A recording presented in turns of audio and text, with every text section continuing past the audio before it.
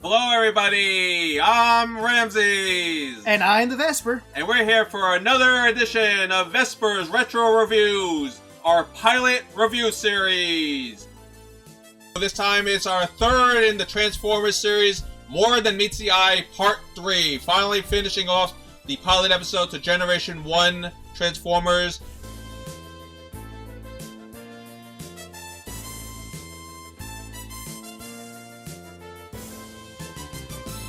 And boy almighty, this episode is far from what I consider quality as compared to the first two. And just so you guys know, this debuted on September 19th, 1984 in syndication. It's hard to believe this is written by the same people. It just seems so different and so weird in comparison to the other two. And I understand they were trying to wrap up everything quickly in this episode, but very different and very weird, and a lot of weird things have to happen here to make it all work, and I don't know how well it does work, but it's going to be a lot of fun to look at. So, we begin with Optimus getting exploded from the mine. Now, I want to point this out to you all. Look how bad this explosion is. It blows Optimus down this hill, destroys everything, and he's down and out. So, the next part, we have all the Autobots racing to his rescue. He's still in... Wait, Ramses, wait. They seem a little bit smaller. Yeah, they did shrink down again. Suddenly Optimus is taller than all of them. I don't know how that keeps happening. All the micro-sized Autobots race over to the fallen cabin trailer of Optimus Prime, and they're struggling to get him on. They're not even taking any effort. They just sort of slam him back into place. They're like, Optimus, are you alright? Oh, and by the way, Optimus is screaming and groaning,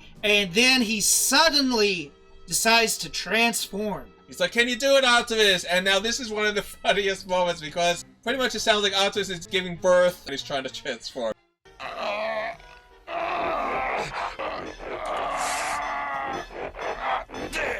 And this is like a minute-long transform, and you slowly watch his parts taking shape as he turns from vehicle to robot. Then he's fine. The second after all this moaning and groaning is done, he's standing there, yeah, I'm all better now. Yep, that was called anticlimactic. You want to even know what's even more anticlimactic? After this nuclear explosion went off, they suddenly go, what happened to Roller? In case you haven't seen our part 2, Roller is his little combat car that comes out of his trailer, and he was supposed to go in there. It's like, oh, Roller's gone, and then you hear beep, beep, beep, and then Roller just comes rolling back. He goes right to the trailer as if nothing ever happened. I'm like, well, that was anticlimactic too. Yeah, there's a lot of things that just don't make sense. All right, they're trapped, and pretty much Bumblebee and Sparkplug are about the size of Roller. Roller's a tiny little unit. Now we have a whole mountain collapse, and there's no opening where Roller came out. It's like, all right, where did Roller come out? Can't we just... Nope, sorry, that opening disappeared suddenly. Now we gotta have this gigantic drill form on Ironhide's arm out of nowhere that he's just gonna start using through the mountains. So. What should have happened here? Roller should have been launched out of the mine like a bullet out of the cannon. Yep, that's pretty much what should have happened here. But no, he just beep, beep, beep, beep, and he goes back in.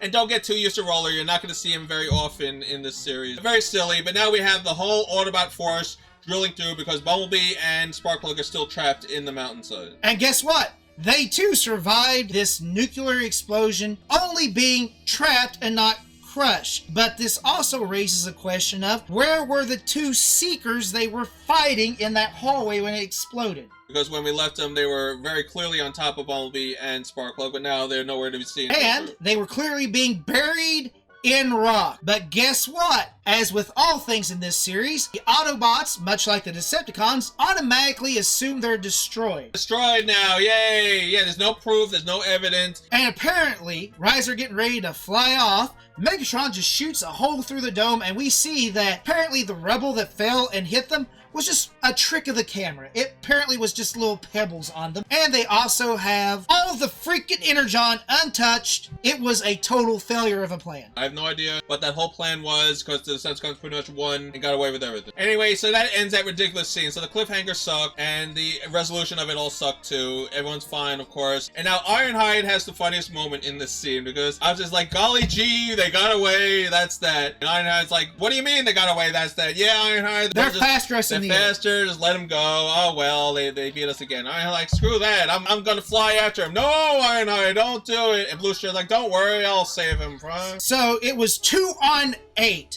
If I was Megatron, I wouldn't have sent one person to deal with him. I said, all right, guys, stop. Get him. Right, they attack Skywarp because that's just who wound up getting hit when they're firing on him. He just sort of scratched it off, and Skywarp's like, Megatron, can I deal with these annoying fleas? You have my permissions. So Skywarp uses his teleportation, and remember what I said in the other episodes, they're going to show off all the abilities of the Transformers because they want you to buy these toys. So Skywarp is called Skywarp because he can warp himself like a teleportation, and he teleports himself in his jet mode behind Ironhide and Bluestreak. And now we have some funny moments where he's firing rockets at them. So the rockets will fly through the middle, and they're both just sort of shrugging it off as they're flying along. And then you can obviously see that the animators just move the cells down and then up. It's the laziest thing ever. And then they do this weird Superman circle fly in the air thing, and they're about to get attacked. So they decide, oh, we better animate a little more action in this. And then that's when Ironhide gets hit with one of the rockets, and Ironhide tumbles to his doom. And mission accomplished again for the Decepticons. They always leave them, who cares, after everyone gets hit. Oh yeah, I know. The Decepticons refuse to finish their enemy off,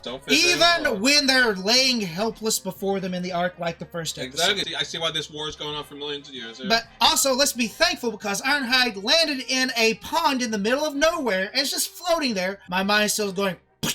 All the Autobots show up at this pond, by the way, which again was mysterious to me. It's like, how did all the Autobots know? Were they watching in the sky? They're like, well, I guess we gotta go after him, said off screen. And so, we once again, after this, have our wonderful moment of reflection with Spike. It seems totally forced and farcical just because of the fact that even in the 80s, people didn't just take out their journals and just start writing in them randomly. And it's one of those funny, you hear his thoughts going on while he's writing. Golly gee, yes, the Autobots really care and they're special and all. Oh yeah, they're so special. They're literally, two of them are sitting down there, Hound and Mirage, literally tormenting Ravage. But here's where we launch into our newest idea for the Autobots to lure out the Decepticons. Because in their moment of taunting, Hound goes, I'll make a thing of Megatron to taunt Ravage, like he's a stupid idiot or just a cat or something because he can't talk. It makes no sense. And then here's the best part. And freeze it. What do you see here, Ramses? So now Hound really shows his own teleportation abilities because Hound suddenly is within the cage with Ravage. And shrunk down too to fit inside this cage. He's now cage size with Ravage. And look at that, Ravage is biting his butt. Yes, oh, by the way, there are a ton more of these animation errors in this one. This episode has the most errors of any of the three, more than meets the eye episodes. Oh, absolutely. They must have sloppily thrown this together, and it shows because this story's going to get wackier from here. After he shows the hologram of Megatron, it's like, hey, wait a minute, why don't you just use that to trigger the Decepticons? And then Hound does a aha moment. I guess this is the most brilliant thing we ever thought of in the history of ideas. And it is a good idea if they did it right, and of course they don't. It's all stupid how it plays out. But the idea is Optimus decides we'll use a hologram of a rocket base, and we'll make sure it's known that it has the most fuel of any rocket base in existence, blah, blah, blah. But how are we going to get the message to him? And then we fast forward to the next scene where they're going to set up the quote-unquote escape of Ravage here. And it's so obvious that this is a setup. Even as a kid, you realize what they're doing. But the funny part is after they successfully trick Ravage into believing this, they come back and they're like, oh my god, he escaped. Oh, this is terrible. It's so silly. The whole escape makes no sense. Like, yeah, he drops the key, Ravage uses the ability to escape, and they're like, oh my god, he got away, oh my god. And Optimus comes out grinning. You have Hound, Mirage, Jazz, and Prowl standing there with the most shocked look, like they can't believe Ravage just got away. Like, how did this happen? And by the way, they didn't have their guns out. And two of them had shoulder-mounted weapons and were not even firing at them. So this was more of a obvious escape. So that's going to be the plan now. They're going to do a fake base. And now we have a fun moment where Ravage actually returns. And this is the only time, from what I understand, in the entire series, we actually get to hear Ravage's voice. As a cat, you only hear him snarl and growl. You'll never hear him voice. But in tape cassette mode, when he's being played back, you hear him very fully talking about the plan. The rocket base is 140 kilometers due west of the Autobot camp. Megatron's like, excellent, excellent, because of this mysterious, all-empowering rocket fuel place that appeared out of nowhere. Oh, absolutely. And here's the best part about this, is that after he says that, all's back on schedule. No thanks to you, Starscream. And then Starscream monologues and says, it's time for action, not words. I am the leader of the future.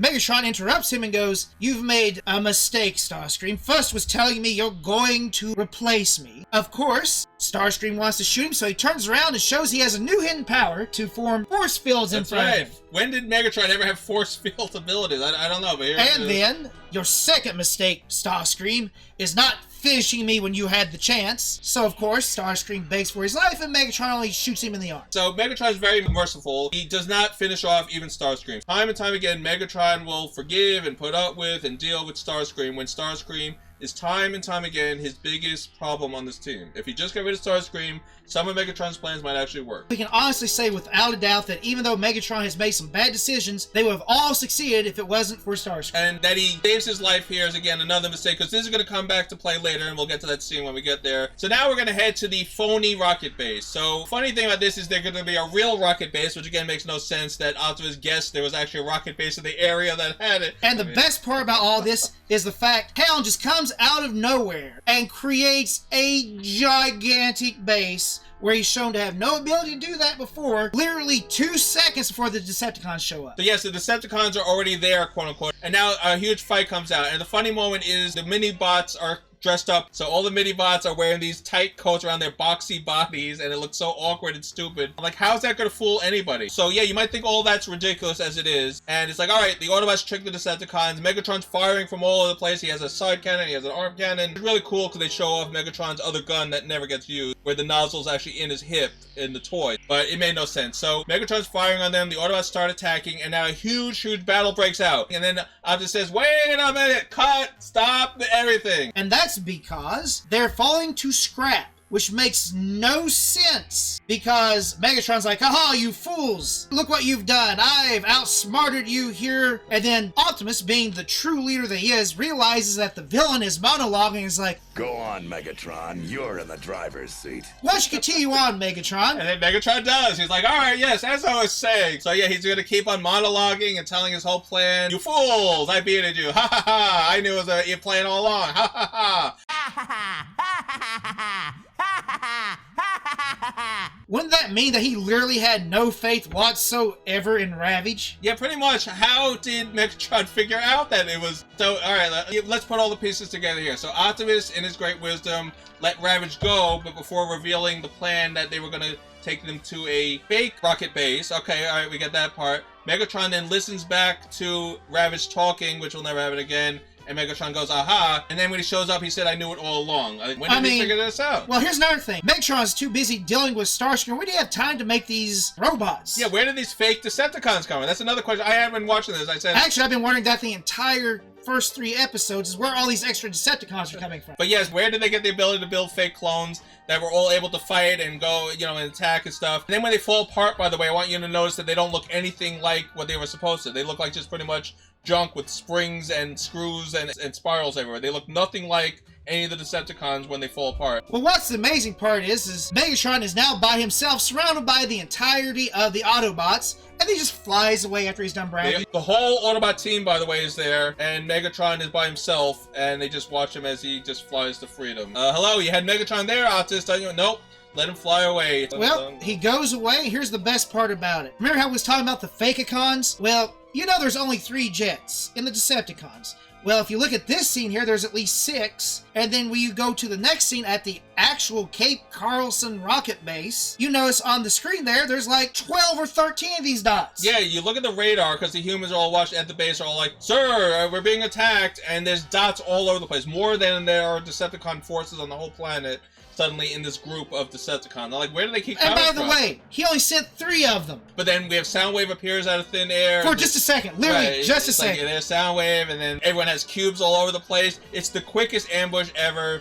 The whole thing makes no sense. I don't even understand where the real rocket base came from, because I thought Optimus made that up, and now there really was a rocket base out of thin air. I don't know. And specifically, since there's so many sources of Energon on planet Earth this time, did Megatron just choose this rocket base just to bite Optimus. Like, yes, your mind will get blown if you think of how in-depth this whole thing of Megatron realizing it and then finding a real rocket base and their attack being barely anything, because the humans fire all their weapons, and this is going to be a running theme. Humans cannot hurt Transformers for anything, so they fire all their weapons, it just bounces off of them. The Transformers are pretty much invincible to any human technology. So yeah, that was the whole thing, and that was a rush scene, and then suddenly their attack on the rocket base is over, and then they're building a ship. So now they have a ship where they're going to take all this Energon they just stole back to Cybertron. Aha! We've won! Again, conveniently forgetting that the Autobots are still there. Just because you've found the energy and tricked them back, it doesn't mean you defeated the Autobots. Everybody just assumes the other side is automatically defeated for no other reason other than the fact they don't see them for a second. Right, you don't see them. Out of sight, out of mind seems to be the way the Transformers do it. Now that the Decepticons have gotten all the Energon, Optimus realizes they only have one last play left, and that's to destroy them at their base with their overwhelming numbers, which should have been the very first thing they did. But besides that, this is an all-or-nothing attack.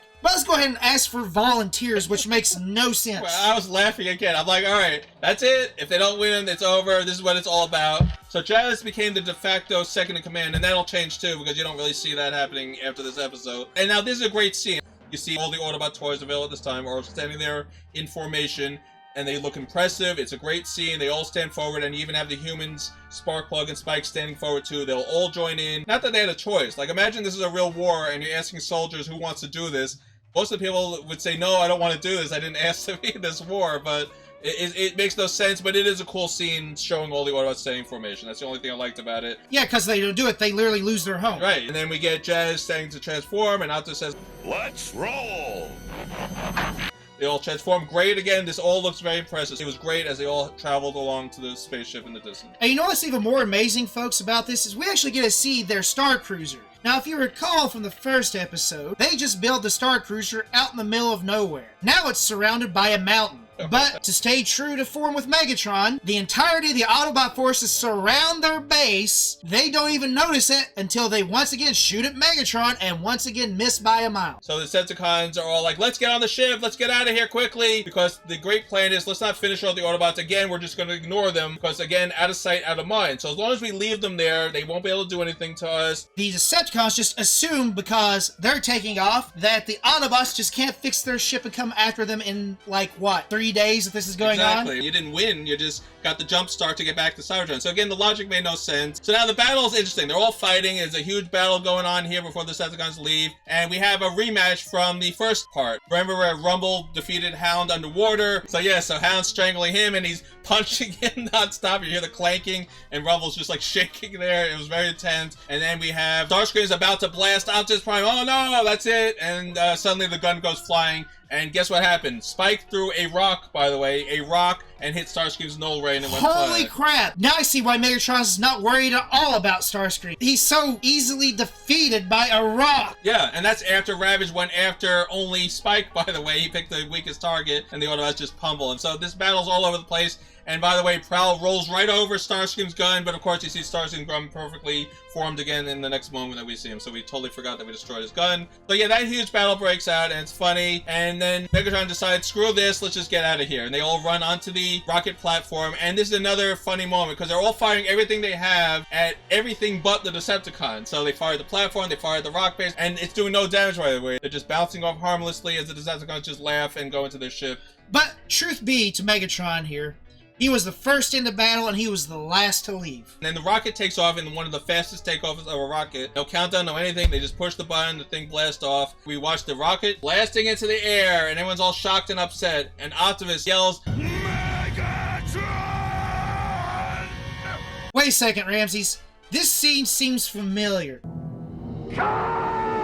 Where have I seen this before? I don't know, but maybe it'll come back to me. Let's go on, shall we? Yes, maybe it'll come back to us eventually. So remember before when Optimus told Ironhide, don't bother chasing him, it's futile? Well, Optimus now is going to do exactly what he told Ironhide not to do. So he pretty much says, Sideswipe, give me your rocket package. Wait a second. They can take these things off. I thought it was a part of his body. Yeah, I don't know how that works either. Sideswipe's like, golly gee, Optimus, I don't know. And Optimus is like, give me that rocket right now. He's like about to beat him up. He's like, okay, here, take it. And now it's on. He's gonna take it down. He's gonna destroy them all. Optimus is the hero. Don't forget, folks, he's gonna take down the ship all by himself. Starscream's like, golly gee, Megatron, Optimus is right outside the window here, and we're out of... And then, like a true evil mastermind, he's like, turn on the artillery cannons, just blow him up. And you know what? It works! Yeah, so I guess Optimus is not the hero, folks. Sorry. Tumbling, he's re-entering orbit, he's going burn up. He re-entered Earth, impacted, rolled. So that's it, Optimus is dead, because Oh, no way, he's getting up fine just right now. Wait a minute, he seems even better than he was before. Wait, what? He rolls and says, oh, well, they got I guess away. we're doomed. Only then, after they fail, do they finally notice somebody's not there. And now we're going to be like, oh, Mirage is missing. What ability did Mirage say he had? The invisibility ability, that's right. And they did make certain to foreshadow that in the second episode. But before we can find what happened to Mirage, we of course have Starscream going, you've done it, Megatron. Now I'll take credit for all this. And Megatron stands there, crosses his arms like you're a big idiot as everybody moves away. And Megatron is acting weird here because he's like, all right, you might have gotten me, which doesn't make any sense because Starscream wouldn't be able to defeat him with his null ray. But Megatron's, all right, even if you defeat me, there'll always be someone to take you down, which is stupid to say. But don't worry, remember, Starscream forgot he has the ability to project a shield in front of him, so he really was in no danger. Yeah, I don't even get why Megatron was even entertaining it. So Starscream's about to take him down, quote unquote, but then finally Mirage shows up just at that moment when Starscream is about to take down Megatron, yeah, right, and Starscream instead turns and shoots at Mirage. Like, I don't know why he would care that Mirage is there when you have a chance to finally beat Megatron. Mirage literally just shoots a random console, not even a control console, by the way. So Starscream hurts Mirage, and it looks like a big explosion. Mirage is dead, so there you go. And the whole ship starts burning because Mirage hit the console, and then Megatron just takes that moment to pick up his blaster, and he blasts Starscream, and again, we're supposed to think Starscream's destroyed, but no, I don't know. These blasts seem very weak in this episode for some reason. Chaos all over the place, fires are burning, the ship's out of control, Soundwave's complaining, Megatron's like, do something, Soundwave! Regain control! Soundwave's like, control impossible. Prepare for impact. And Mirage just gets up, no damage again. He just got blasted, dust himself off, like, bye guys, and he pushes the huge escape circle. I don't even know why you would have that on a spaceship, saying that you can just push a button to open in outer space. And he jumps in and once again re-enters the orbit, which makes me think that if they really thought they were going to die from the crash, wouldn't all the Decepticons already ran out and jumped? We see from the Autobots' perspective, the ship comes in, they're like, it's crashing, but why is it? We don't care. We win because they're all dead because they crashed in the ocean. And then, like, a la James Bond, Mirage comes in with one of those gigantic parachutes that he's holding. Hold on a second.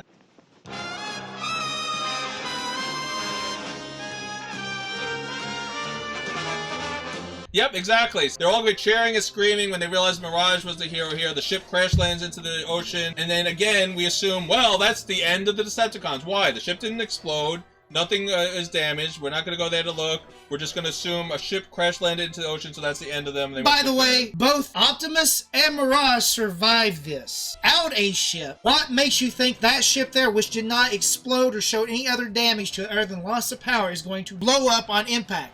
Look at the Ark, for crying out loud. It crashed into a volcano, which erupted right after it crashed. Yeah, exactly. I don't get the logic. Why you always think that they're destroyed just because an explosion or something weird happens in the background. But that's whatever. That's it for now for the Decepticons. And then Optimus is going to reward Mirage. So Mirage did pretty much what Optimus couldn't, which is great. Mirage doesn't get many moments in the series. So Mirage is the real hero here, which is funny that they gave it to a grunt warrior. He's going to be the hero of the whole episode. Hey, you know what his reward is, folks? It's a nice pat on the back. Good job, Mirage. Pat. Good job. That's it. Yeah, that's all I got. Hey, you know what the best part about all this is? We go back to the Ark, and once again, Spike is freaking writing in this journal. Pretty much he's talking about how, and this is a bunch of nonsense too, all the leaders of the Earth were so appreciative of the work the Autobots did to remove the Decepticon menace. And by the way, they didn't remove the menace. The Decepticons did steal all the energy and leave the planet. So what did the Autobots do? The Decepticons actually won. If it wasn't for Mirage, the Decepticons would have gone away with all of this. What did the Autobots do except pretty much get lucky that one of them snuck up forward and blasted the console. That's it. That's what they did. Because they lost all the energy. So the crystals are gone, all the oil reserves are gone, the rocket base was depleted. But because the Autobots did such a great job, and I don't know what great job they did, the humans of the Earth rewarded them with refueling the Ark, which again makes no sense. With what? Yeah, so you see little pipes hooked up to it. And governments of the Earth gave them energy. It looks like they gave them 6 tanker trucks, because apparently 6 tanker trucks has more energy than the entirety of the planet of Cybertron. I guess so. So 6 fuel trucks is all it took the whole time. I don't know why the Autobots didn't just refuel their ship and leave in the first place, but whatever. So yes, that's what Spike is talking about, and me and Vespor are looking at each other like, wow, what a stupid ending. So the outcome of all this is they're going to fly back to Cybertron now that the Decepticons are destroyed, by the way, and we have no proof of that. And they're going to take Spike and Sparkplug with them. No wife or mother. I don't know. They don't explain where anybody else is. We have one survivor out of the entirety of the Decepticon forces, and it's Megatron. Yep, Megatron bursts free, grins, flies off, and that's our ending. So the Autobots presumably fly back to Cybertron, taking the humans with them. Megatron survived. And takes over the planet and turns into a new Decepticon base. And that's the end of the world there. So that's the end of episode 3 of the pilot of Transformers. And boy, was this one a letdown compared to the first 2 episodes. Oh boy, they just shoved everything they could into this last episode. They really did. But we'll give you our reviews here now. Vespor, let's have your review and thoughts on More Than Meets the Eye Part 3, the third and final part of the Transformers pilot. Well, I think it suffers from that curse of all things that come in threes. The third one is usually the worst one. And holy crap, was it true with this. They just forgot everything to make this story at this point work. Because in the first 2, you like Starscream because he's like, I'm going to take your place, but in time, which makes you think that once Megatron passes on or gets destroyed, he's going to be the next one. So you're like, okay, you're a little cheeky, but that's why Megatron keeps you around. Nope, don't know why he keeps Starscream around. Should have blown him away.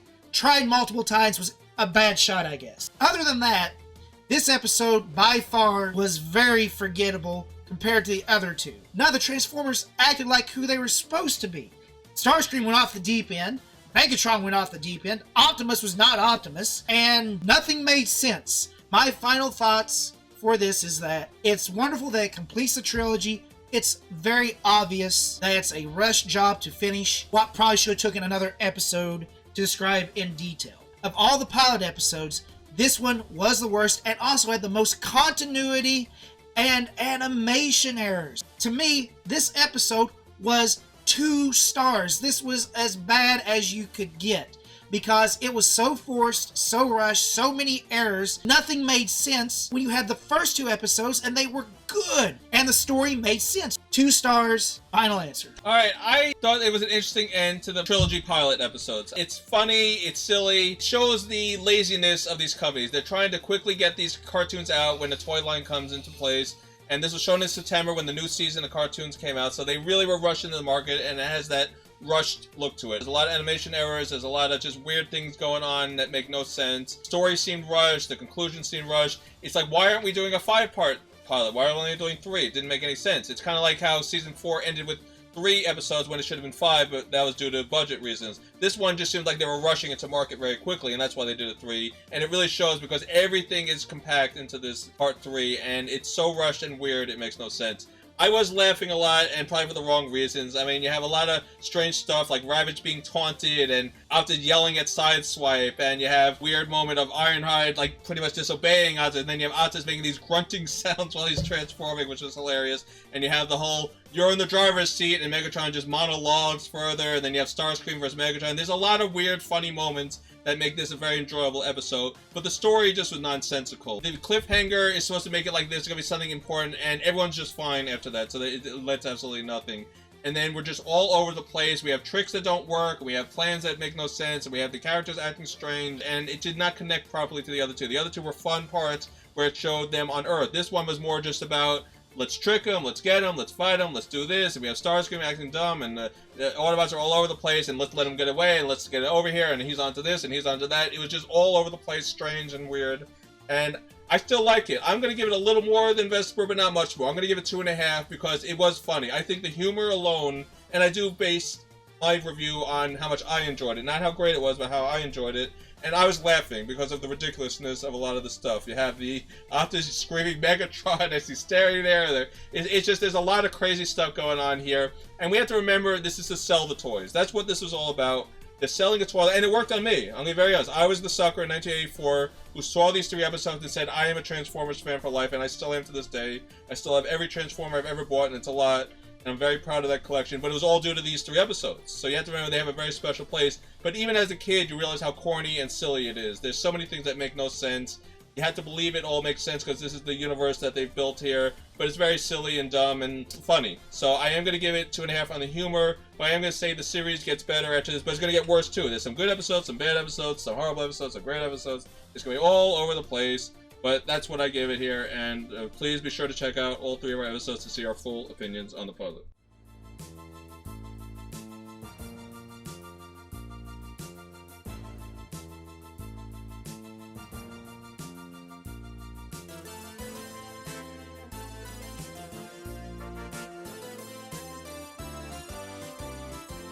Please don't forget to like, comment, subscribe, and ring that bell. Hope you have fun. Hope you enjoy the Transformers. And we'll see you next time here on Vesper's Retro Reviews. Take care, everybody, and transform and roll out. We'll see you all soon. Bye, everybody.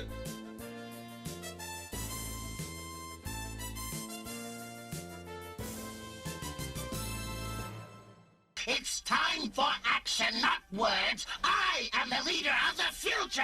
You couldn't lead androids to a picnic. How can you pretend to lead the Decepticons?